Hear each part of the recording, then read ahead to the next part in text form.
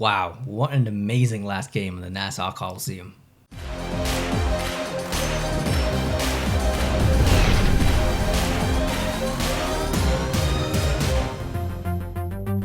Yo guys, welcome to the video. Thanks for joining me. I appreciate you. My name is Neil if you're new. And we're going to talk about the Pittsburgh Penguins versus the Islanders. Yes, I know I'm not wearing an Islanders or Pittsburgh jersey. They are over there to my left. I do not have any other jerseys from the Islanders or the Penguins, so I picked a neutral party, the Carolina Hurricanes. Truthfully, guys, I didn't watch a lot of this series. I'm not even really qualified to probably make this video. I put a lot of more attention into the other series going on. I found that the first half or 75% of this series was rather boring. The Islanders aren't really typically a team to go watch if you want to see incredible offense. No offense to the Islanders. Pittsburgh has their moments as well, but it was pretty smart hockey, I guess. There wasn't a lot of risks. That both these teams play fairly responsible, so it's good hockey in the sense that that's how hockey should be played, but it's not necessarily the most exciting hockey, so it wasn't really high on my priority list. With that being said, that game that I just watched, the last game in the Nassau Coliseum, the final game of this series, was unbelievable. That was one of the best games that I've watched in years of playoff hockey. Like, that is, if you want someone to get interested in hockey, you show them that game. And it wasn't just the hockey. It was the atmosphere. It was that arena. It was unbelievable. Like, it's been so long since I've heard an arena just explode like that with the crowd chanting and just screaming and yelling and just getting excited. Man, they do it right on the island. Like, that was so enjoyable just to watch as a hockey fan. I was cheering for the Islanders, but I'm not obsessed with the Islanders. I wouldn't say that I love the Islanders or anything like that. I like them more than Pittsburgh, but that was a true treat to watch as a hockey fan. I can't wait to visit that place someday, or the new place, I guess it will technically be.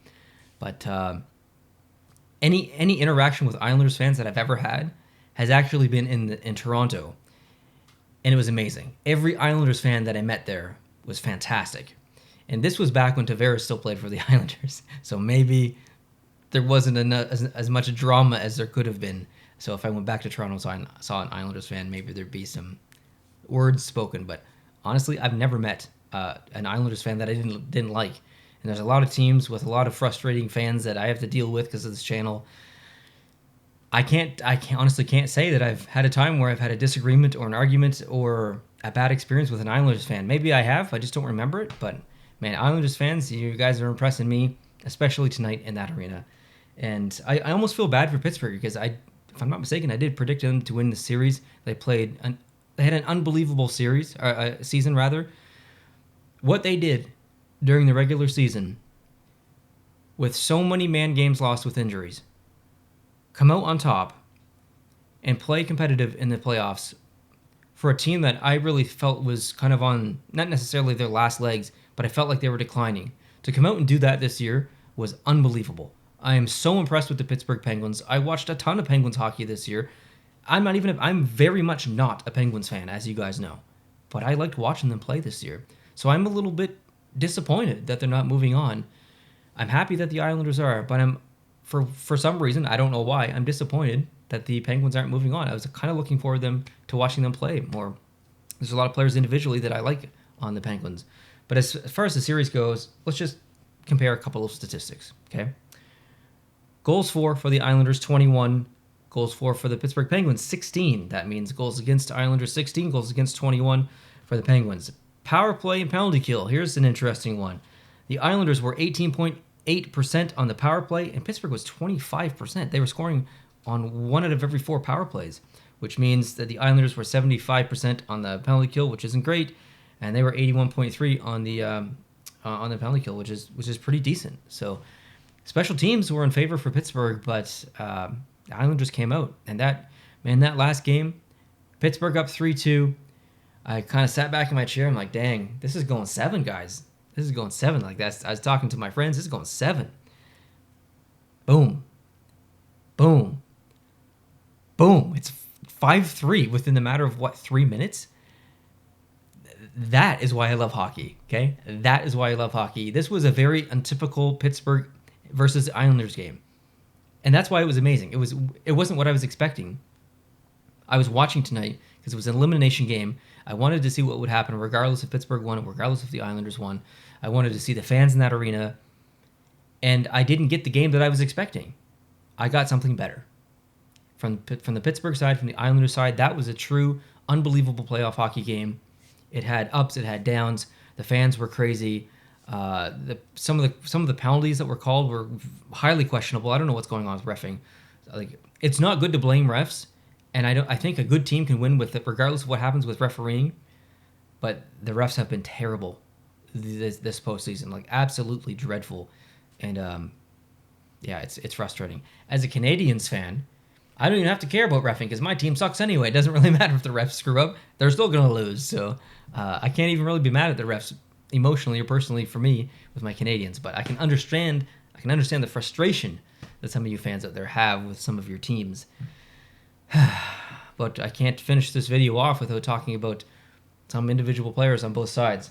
I've got a couple of names written down here. Jari, I felt was actually pretty decent for most of the series. He made some really good saves at some points, but then the game prior to this one that just happened tonight, so some moments are like, no. And then tonight, some of those goals, he should have had some of those goals. I was really surprised that he wasn't pulled after that fifth goal. Can't believe that he stayed in. It ended up 5-3, so he didn't let another one in, but still. I thought Malkin was kind of lackluster in a couple of these games. Specifically this one tonight, there were times where he would do a couple little dipsy doodles and stuff, but then he would just kind of like almost like give up skating wise. It just, I don't know, there's just no emotion there. There's just nothing there. But on the other side of the coin, we got Sorokin, which was amazing. I thought Palmieri was unbelievable this series. What a pickup! What a smart and intelligent pickup for the Islanders. And then the depth players, as you guys know, like Bailey and Beauvillier. Beauvillier was awesome tonight. I really enjoyed watching him play.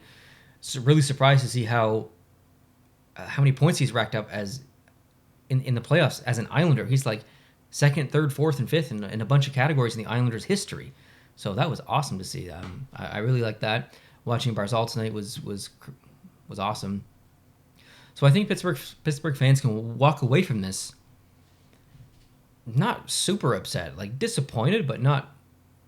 You're not walking away from it like Edmonton fans where you're like, oh my God, we just got swept. Like, this was not supposed to happen. I'm sure that there were some Pens fans out there who expected their team to win, but also expected the Islanders to put up a good fight. So I don't necessarily feel like they're blown away or shocked that the Penguins lost, but obviously there's some disappointment there. But I think the Penguins fans can walk away from this knowing that their team probably learned some lessons and are likely going to make some moves in the offseason and go from there. Goaltending is probably a question mark, which